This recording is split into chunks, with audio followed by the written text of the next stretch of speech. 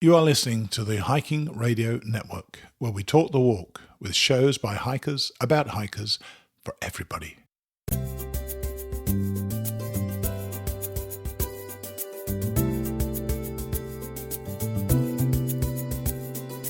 Returning to Katahdin, an Appalachian Trail dream. Have you ever dreamt of hiking the AT? Bruce Matson did, so we're going to follow him every step of the way.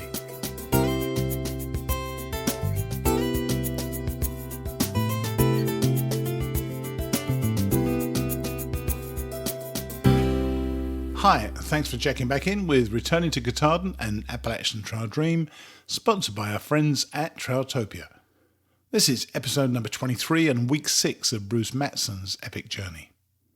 Bruce uses a very interesting phrase this week that kind of gives him a punctuation mark at what seemed to him to be the end of the first section. Like you, I'm sure, I've been amazed at how close he is to his plan and what he's expected to happen is actually happening. I know that I gave him a bit of a hard time about his organising, but of course it was only in jest. Yet his preparation for this trip is really coming to his aid. He started early and knew that the weather would be, at the very least, questionable, and questions have certainly been asked of the early starters this year. Yet Bruce appears to have taken it all in his stride, making sensible decisions when they were required. This is entirely in keeping with what his friends and lovely family told me he'd do before he started. And he's doing it. Now, I know he's less than a quarter of the way through, but I've got to tell you, he has established his plan, and it is working for him. As you'll hear, even I, an unprepared oaf if ever there was one, have realised how important Bruce's prep has been, and if I were ever to do this again, I suspect I won't, but if I were, I think I'd be veering towards Bruce's approach and not mine. Last Wednesday was the first time that we spoke this week, and as you'll hear, we get straight into it. But before we do, I think I deserve a dessert. Do you remember those times on the trail when you really needed to treat yourself? You know, those days when you fall in the mud or the rain starts running down your neck, the rocks are driving you crazy, or even when you're just fed up. You need a boost. When that happens, stop hiking. Take off your pack and treat yourself to one of Trailtopia's scrumptious desserts. Why not go for Rocky Road pudding? A rich chocolate pudding loaded with mini marshmallows and toasted slivered almonds. By the time you get that into your system, you're going to be warm, toasty and satisfied. Try Trailtopia Adventure Food, the best of home cooking away from home. So, without seemingly a care in the world and everything going to plan, here is Bruce.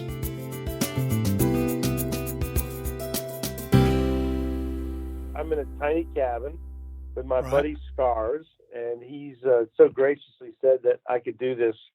I didn't have to go outside and sit on the front porch and do it because it's about 20 degrees outside. All right, okay, yeah, we want you to do that, okay. Right, we'll just get straight into it. Yeah, we're at Boots Off. We got a little cabin here. You mentioned that. Where is Boots Off? Boots Off is right at Lake Watoga. It's a little past Kincora and Black Bear. All right. It's kind of as you start leaving Tennessee. You're kind of starting to exit, head to Virginia. I think we're only 60 miles from Virginia from here. Amazing, absolutely amazing, isn't it? Now I've got a question from you from a listener. Okay. This is Danny Frick. He says, I have a question for Bruce. I'm curious, having listened to all the preparation that he made prior to the trail, how far off the rails, if at all, has he come in these first weeks? I heard that he sent some gear home from Gatlinburg. I wonder what items that might be and how close to his hiking schedule he is after these first miles. Yeah, so as you, I think, know, I'm remarkably on schedule. If I hadn't lost the 2 days in Gatlinburg, I think I might actually be spot on schedule even after 39 days. The question about the gear is a really good one, and it's one that I would like to emphasize, which is I think the planning that I did with the winter supplement, thing we talked about, was one of the most important, proved to be one of the most important things in the whole hike. As you know, we got hit with winter more than most people expected. And when I go back and look at my winter supplement, the only thing I did not use and the only thing I really sent out from Gatlinburg was my thermal underwear. I had both a bottom and top, and All right. you would have thought I would have used those, Yeah. but I had enough other things that I used that got me through the cold weather. Wow, But that's other than something. that, I could walk through my balaclava, maybe the most important thing: gloves, over mittens, buff, rain pants, more heavy duty raincoat than I'll use in the warmer weather. Microspike. Microspikes were the big thing I noticed. I was watching your videos again this morning, and that snow, man, that was something, wasn't it? It was, a bunch of us, were talking the last few days, and we kind of just wearing it as a badge of honor now because more and more people are recognizing that the early departing through hikers, 2018, have kind of earned their stripes thus far, because it has been tough. But in terms of tying it into the listener's question, the preparation was so valuable that I walked through those different decisions, and the fact that I had real rain pants when we were hiking through the Smokies and it was 17 degrees, wind blowing, snow blowing, I was very comfortable temperature wise by having a pair of pants, and then with the rain pants. The rain pants were much more important for insulation and wind than it was for rain, of course. Sure. So, yeah, of course. And so I would go back through all those items. The balaclava, I don't think I would have succeeded getting through without having that, to be able to cover a good part of my face and cheeks. And I saw you actually you kind of demonstrated it today. You said I couldn't have hiked. I covered up as much of my face as possible with this balaclava, and you look quite comfortable, but your face looks red. You look like you really have taken a beating from the weather in your face. Oh, I can't tell you how many evenings my face is just burning up because of the wind. It's not sun; it's just pure wind. Yes. And cold, and then it really does sort of burn up in the evening. But so I do think the preparation, particularly as it related to the winter items, was completely critical to me. Cool. Having, and it goes to some of the other things. It was having a good R-rated sleeping pad. It was having a liner as well as a good sleep. As I slept out in the snow, and that's right.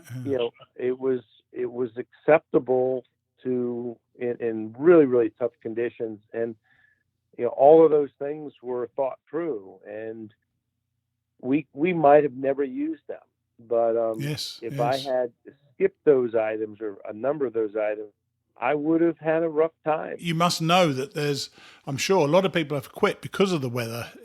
From your observations, have you seen quite a few people quit? I've been trying to figure that out. I understand that people have, and I certainly know some people that have.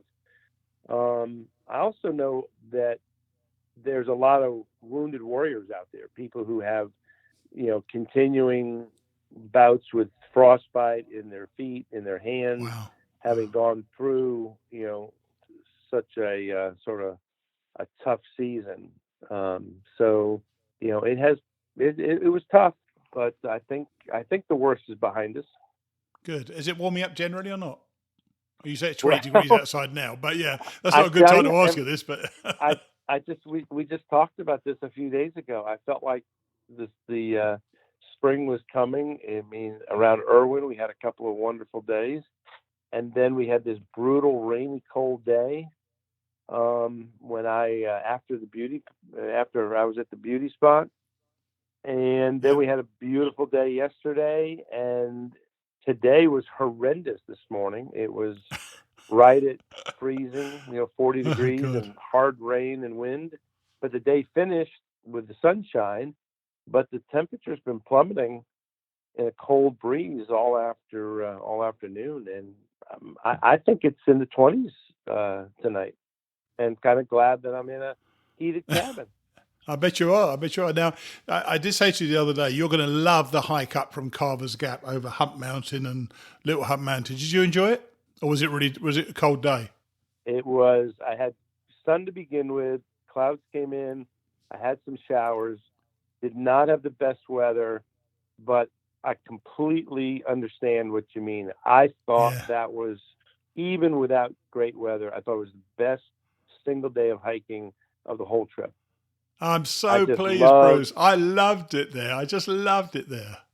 I loved it too. I loved going over those balls, and I actually was going up Little Hump when the weather kind of turned, and I didn't realize how exposed you would be Oh for yeah. Oh a yeah. long period of time. And I loved the hike so much, even though the weather was poor, fair, that Yeah. I'm really eager to go back, take Cheryl, and do that hike. I agree. That's the beauty. And then you can have that fantastic breakfast at Mountain Harbour, can't you? Remember that place? Because you come down, I think, I can't remember the name of the road. Let's have a look. When you get down from Hump Mountain, you get to 19, is it? Can't remember Yeah, the name of the 19E. road. You're right, That's 19E. right. Yeah. And then you can just walk up the road and there's this fantastic place for breakfast. So that's well worth doing. And then after that, you went, was it was it over Mountain Shelter, the big red barn? Well, during the hike between Carver's and 19E, you go by. Excuse me, you go by That's over right. mountain. Right. Did you go to it? Yeah, I went over to check it out. I'd seen it so Yeah. much on videos and all. I just wanted to see the place. It's the finest privy on the AT because it's totally open at the front. There's fantastic view across the Yeah. valley. It's fabulous, as fabulous as privy can be. And there's conversation on the trail to that effect in 2018 too. Cool, very cool. Now you mentioned, I noticed when I was watching the videos again, I was listening for what you were saying. You'd mentioned your hip and your back a few times. Is your back okay now? Because we'd heard about your hip before. Is your back better now? You said you had a bit of soreness. I am so fortunate right now. When I started this hike, I mostly worried about my knees from the constant climbing Sure, down, sure. and that has not proved to be a problem. And I think it's a fairly common issue for a lot of people. And all I can chalk it up to is I'm a little slower, a little more cautious, and taking my time because I view that part of the hiking is where I'm most likely to get hurt. Not just hurt from the easing myself down or not easing myself down, but it's also the places where you're going to be off balance or Yeah, yeah, slip, I think. So definitely. I've been, probably more cautious than the average person. I'm a little slow on the certain parts of the downhill, but I think it served me well that my knees don't hurt at all. I have no That's amazing. twinges. I had an experience the other night with my hip because my hip hurt as you know, Yeah. and Cheryl actually maybe sort of semi-diagnosed this, but last night I actually slept in a shelter for the second time, and I woke up and my hip hurt a little bit, and I realized I had completely gotten off of my air mattress, and I was just sleeping on That'll the do hard. it. And Cheryl had thought that maybe my hip was not so much from hiking, but from sleeping, because it developed. Think about it; it developed in the Smokies when I was sleeping on that cold ground. Yeah. Anyway, hip is fine, and lower back is 90%. If you end up with 30% of everything by the time you finish, you'd be good to go. So 90% is pretty darn good. So, So, and how are your feet? As now, I may have to cut this one out because you're an Obo's ambassador. Your feet, I understand, are still pretty good, aren't they? my feet are great. I That's mean, great. I got two small blisters on the 10th or 11th day, which seemed really weird to me. Why I Yeah. would. All I can think of that day happened to be a slack pack day, and I hiked probably a little more vigorously. And I don't know if I was just rubbing, my feet a little more up and down or something. Yeah. But anyway, the blisters are gone, and my feet are remarkably good. I'm Cool. very blessed, very fortunate that have not developed any other issues. That's cool. Did you go to King Cora, did you meet Bob Peoples? I met Bob at the gathering last year, Yeah, I know. but did not go there today. All right. All right. It was still a kind of a cold, spitting part of the day, and not knowing whether he'd be there or not, it was just not warm enough to take the side trip. No, okay, well, that's yeah. So in that case, you obviously didn't do Laurel Fork Falls and go in the water either, did you? Certainly didn't get in the water, but Laurel Falls, the sun came out by the time I got to the falls, and it was spectacular. With hard rain last night, I think the falls were particularly vigorous, and it's a beautiful place. So you seem to be in your stride. I mean, you're about 425 miles in, something like that, maybe a bit more than that. That's actually. right. Yeah, no, that's about spot on, Steve. Whenever I talk to you, Bruce, I look at the map. You've got not a heavy climb, but quite. You go up a bit tomorrow, and I'm just looking at all of these places you're going to. Iron Mountain Shelter I went to. Tennessee 91. I remember this very, very well. Tell you what I remember about it. You cross this road and you go through a farmer's field and there's a bench with the most beautiful view. So if you get a decent day tomorrow, hopefully you'll be able to sit on that bench. Yeah, so you'll enjoy that, I'm sure. It's supposed to be sunny and cool tomorrow. So okay. Actually, I think it's probably 2 days' time. It's mile 445, so it's a couple of days' time. But even then, yeah. Well, look, it's good to catch up with you. Glad you're going well still. This is just amazing to me how you come through this. Because when I saw those videos again, you had some snow, so good for you.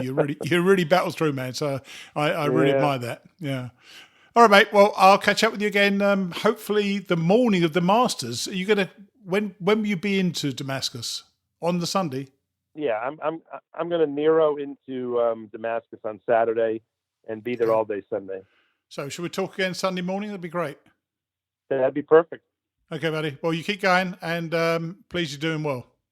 All right. Cheers, then. Appreciate it. Cheers. Bye. Cheers.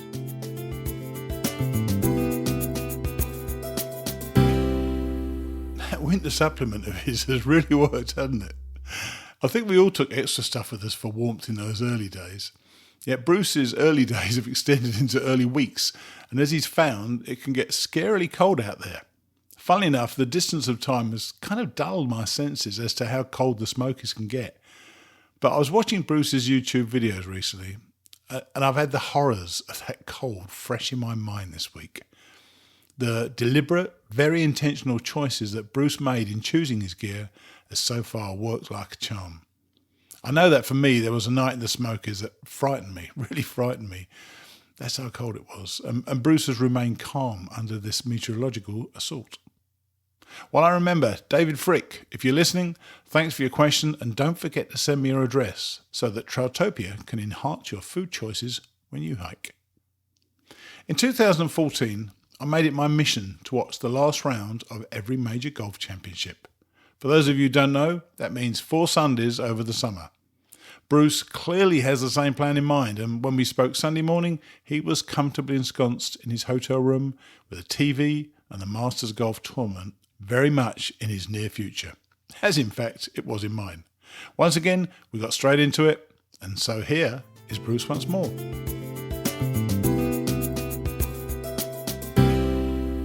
Good morning. Hey Bruce, how are you? I'm doing really good, thanks. Good. Are you in Damascus? I'm in Damascus. Right. Sorry. How long have you been there now then? I got here late Friday.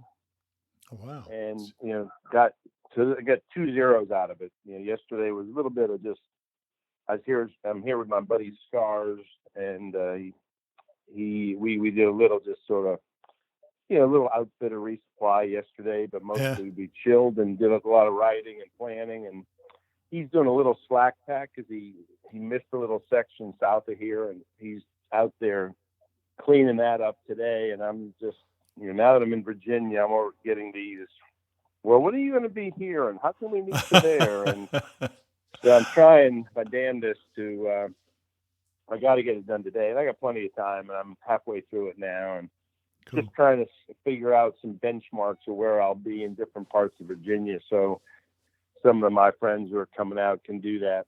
Oh, good. That's going to be cool. So, I also have to come off and have to lead it up to I've got to get off the trail for Brooks' graduation. So I've got to lead up to the time that I'll head to Chapel Hill for a few days. You mentioned Scars the other day. How long have you been hiking with him?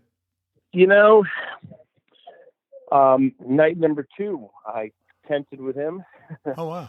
Day number 3, I went over Blood Mountain with him. And for the last 40 days, we've been seeing each other on and off. We spent all the same time together in the Smokies. He came into Gatlinburg with me. He had a different reason to come into Gatlinburg. So we've seen each other a lot. Cool. He hikes quicker than I do. He's had some injuries. And we keep running into each other. We did hike the last couple of days coming into Damascus together. But normally he hikes faster, but I'll see him at the shelters. So we've seen each other a lot. You say you're not hiking fast, but you're certainly doing some good miles, aren't you? I mean, how many miles are you now? 470. Wow. Passing that 500, that would be a mark, wouldn't it? Yeah, well, just getting the map. There was a really neat feel coming down the hill and seeing Damascus going, this is a big deal for a lot of reasons. Oh, it totally is. Damascus is special.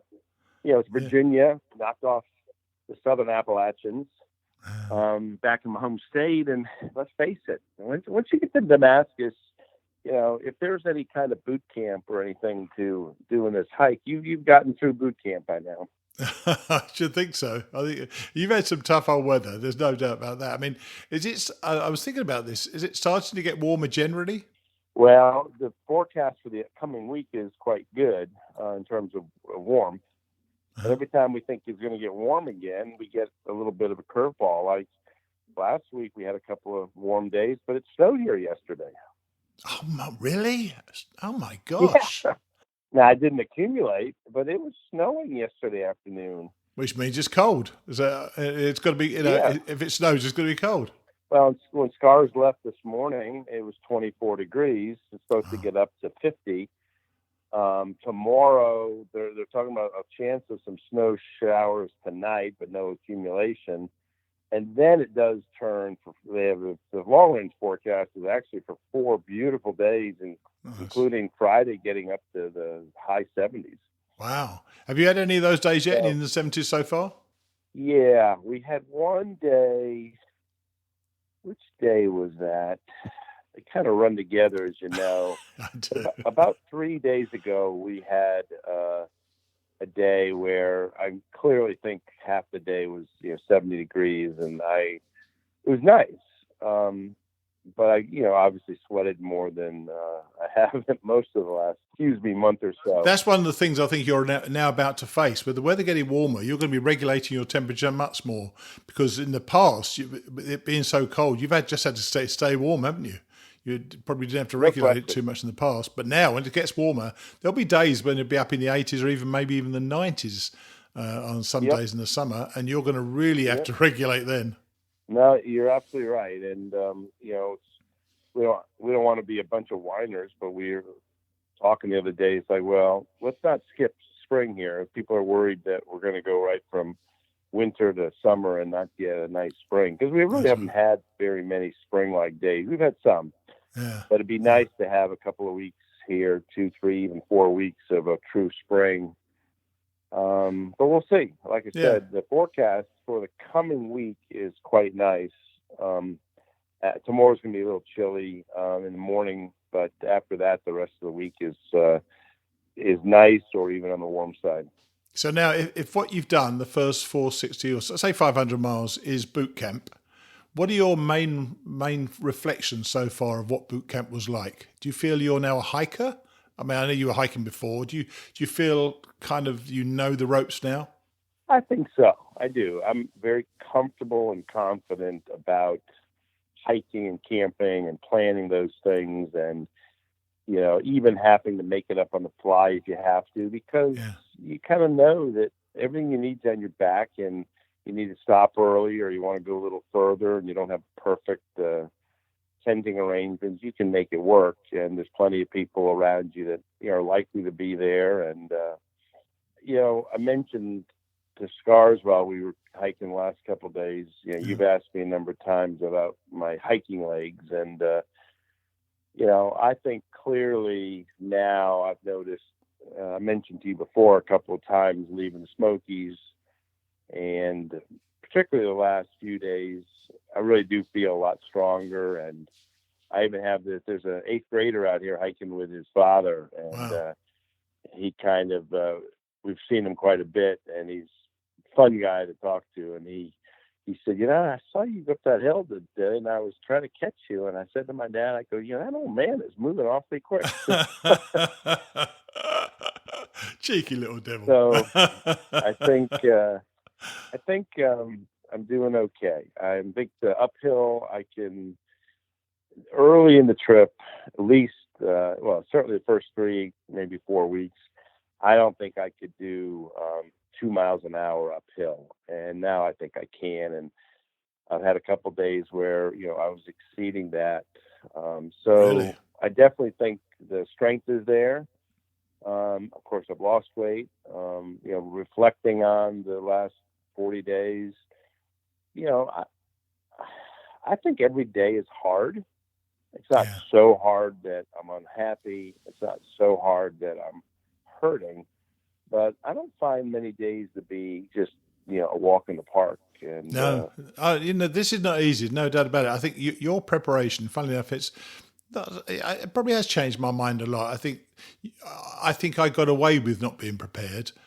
You were so prepared, and particularly as you had this terrible weather. If I had as bad weather as you'd had, I might well have struggled to keep it going. So I'm more of a proponent now than I ever was before about being prepared, and the fact that you've done this in such a prepared way. We made a joke about it initially, but really, it's exactly, and it's absolutely come through for you, though, hasn't it? As you said, all your gear has protected you when you needed protection. So, and that's the important thing.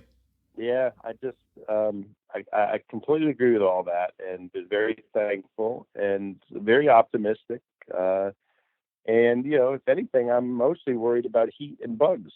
And it sounds like I don't want to sound like I said like a whiner, because we've had some tough cold weather, and the warm weather comes. People listening, gee, Bruce is just can't ever be happy. I tell you, I'm looking ahead in your what's coming up for you. I know you go over White Top Mountain, which is pretty cool. Some beautiful views up there. That's on mile 487, something like that. And then, of course, you got the Grayson Highlands. Yeah, I should do that on Tuesday, which is good, because they say we may have some flurries and stuff overnight. Right. It'll be pretty cold maybe in the morning, but Tuesday is supposed to be a perfect day, and I should go over White Top on Tuesday. Yeah, beautiful. Oh. Every time I talk to you and you say, well, we went over there, and this is the bit you've had to live with, that you've missed a lot of the views because the weather was so bad.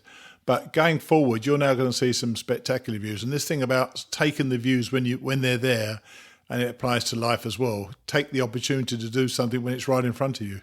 Yeah, I couldn't agree more. I have probably missed more than my share of views, but I still got a long way to go to Maine, and there's a lot more views to see. And like I said, I've been thankful, grateful for everything. It's gone well. I'm reasonably healthy, and I'll have plenty of opportunities to enjoy different points of interest and views in the future. Cool. Okay, mate. Well, look, great catching up again. Good to see you're in good spirits. And one last thing, because this is going to go out on Monday morning, which is the morning after the Masters. Who do you think is going to win? My money's on Rory. Ah, good man. So's mine. Well, I haven't got any money on it, but I really want to enjoy that this afternoon. So it's going to be a great afternoon watching golf. I actually don't have a bet, but even though Reed's got a lead, I like the head-to-head. Really so do I. Watching it. Oh, so am I. Okay, mate. Well, I'll be watching it with you. I'll raise a beer to you, and I'm so pleased you're doing well. I'm so pleased you're in Damascus. That is real progress. Yeah. So, welcome to Virginia again. It's really fun, and there's a number of people here we know. It's remarkable how quiet the town is. I'd only been here once before, and that was Trail Days, which is, of course, not a quiet time. No. You and I saw each other at Trail Days, and that's right. There's like 2 restaurants open. And I don't know. It's fun. We've seen people, but it's a seasonal town. I'm learning, so totally start popping pretty soon. But it's a little quiet right now. But we're having fun. Okay, mate. Well, I'll speak with you soon, and good luck this afternoon with Rory. Yeah. Cheers then. Cheers. Take care. Cheers, bye.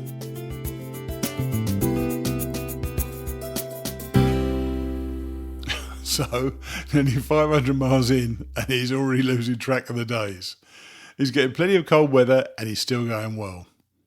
The expression I mentioned that Bruce used earlier on was that these miles up to Damascus were a form of hiking boot camp. And on further reflection, I think that is an excellent description of what it feels like to be on the trail for that period of time as you get used to the actual day-to-day of hiking. It's not easy. It isn't always fun. But at the end of every day, as you pull yourself tiredly into your sleeping bag, you have a faint satisfaction of a good day's work completed. How's that for an achievement? Just before we go, I thought you'd like to know Bruce was about as good a golf forecaster as I was. Rory came nowhere. Bruce and I will see you next week.